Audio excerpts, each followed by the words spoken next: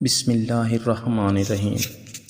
ایک مرتبہ کا ذکر ہے کہ حضرت داؤد علیہ السلام کے دور حکومت میں ایک بڑھیا کے ہاں دو مسافر آئے اور کہنے لگے کہ ہمیں بھوک لگی ہے، اگر تمہارے پاس کھانا ہے تو دے دو، حتیٰ کہ ہم کھانا کھا کر اپنی بھوک مٹائیں، ہم کھانے کا معاوضہ ادا کریں گے۔ بڑھیا بڑی غریب تھی، وہ بولی میرے پاس تھوڑی سی گندم ہے، میں پسوا کر لاتی ہوں، تم کچھ دیر انتظار کرو۔ کچھ دیر بعد بڑھیا جب آٹا لا رہی تھی تو راستے میں زوردار ہوا چلنی شروع ہوئی، آٹا ہوا لے اڑی، بڑھیا کے ہاتھ خالی ہو گئے۔ بڑھیا نے رونا شروع کیا۔ اتفاق کی بات ہے کہ راستہ میں حضرت سلیمان علیہ السلام مل گئے۔ آپ اس زمانہ میں کامسن تھے۔ آپ نے رونے کا سبب دریافت کیا تو وہ بولی کہ میں گندم پسوا کر آٹا لا رہی تھی کہ اچانک ہوا چل پڑی، آٹا اڑ گیا۔ آپ نے فرمایا اس میں رونے کی کیا بات ہے، میرا باپ بادشاہ ہے، جا اس سے فریاد کر۔ بڑھیا حضرت داؤد علیہ السلام کے پاس فریاد لے کر گئی۔ حضرت داؤد علیہ السلام نے فرمایا میں کیا کر سکتا ہوں، اللہ کے حکم سے چلتی ہے ہوا، اگر کوئی انسان ظلم کرتا تو میں انصاف کرتا، ہوا کے ساتھ کس طرح معاملہ کروں؟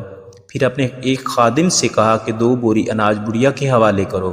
بڑھیا اناج لے کر واپس جا رہی تھی تو راستہ میں پھر حضرت سلیمان علیہ السلام سے ملاقات ہو گئی۔ آپ نے بڑھیا سے دریافت کیا، اس نے بتایا کہ بادشاہ نے 2 بوری اناج دیا ہے، وہ میں لیے جا رہی ہوں۔ حضرت سلیمان علیہ السلام نے اس سے کہا کہ بادشاہ کے پاس دوبارہ واپس جا اور گزارش کر کے مجھے وہی آٹا چاہیے جو ہوا اڑا کر لے گئی ہے۔ بڑھیا نے حضرت سلیمان علیہ السلام کے کہنے پر عمل کیا، بادشاہ کے پاس گئی اور وہی بات کہی جو سلیمان علیہ السلام نے بتائی تھی۔ بادشاہ بڑھیا کی بات سن کر پریشان ہو گیا اور سوچنے لگا کہ میں ہوا سے یہ بات کس طرح کہوں۔ پھر بادشاہ نے بڑھیا سے دریافت فرمایا کس کے کہنے پر اس طرح کی بات کی ہے؟ بڑھیا نے جواب دیا کہ راستے میں ایک کامسن لڑکا ملا تھا، اسے تمام ماجرا سنایا تو اس نے سکھا کر بھیجا ہے۔ حضرت داؤد علیہ السلام سمجھ گئے کہ سوائے سلیمان کے دوسرا کوئی اس طرح کی بات نہیں کر سکتا۔ آپ نے سلیمان علیہ السلام کو دربار میں بلا کر دریافت فرمایا کہ میں کس طرح ہوا سے آٹا لے کر دوں، یہ بات تو میرے لیے ناممکن ہے۔ حضرت سلیمان علیہ السلام نے بادشاہ سے کہا کہ آپ پیغمبر ہیں اور بادشاہ بھی، آپ دعا کریں تو وہی آٹا واپس آ سکتا ہے۔ آپ نے دعا کی، اللہ نے آپ کی دعا سن لی اور اللہ نے ہوا کو انسانی شکل دی، آپ کے پاس بھیجا۔ حضرت داؤد علیہ السلام نے ہوا سے دریافت کیا بڑھیا کا آٹا کیوں لے کر اڑی؟ ہوا نے جواب دیا کہ اللہ کا یہی حکم تھا۔ حضرت داؤد علیہ السلام نے ہوا سے پوچھا کہ اس بارے میں جو معلوم ہے ہمیں بتاؤ۔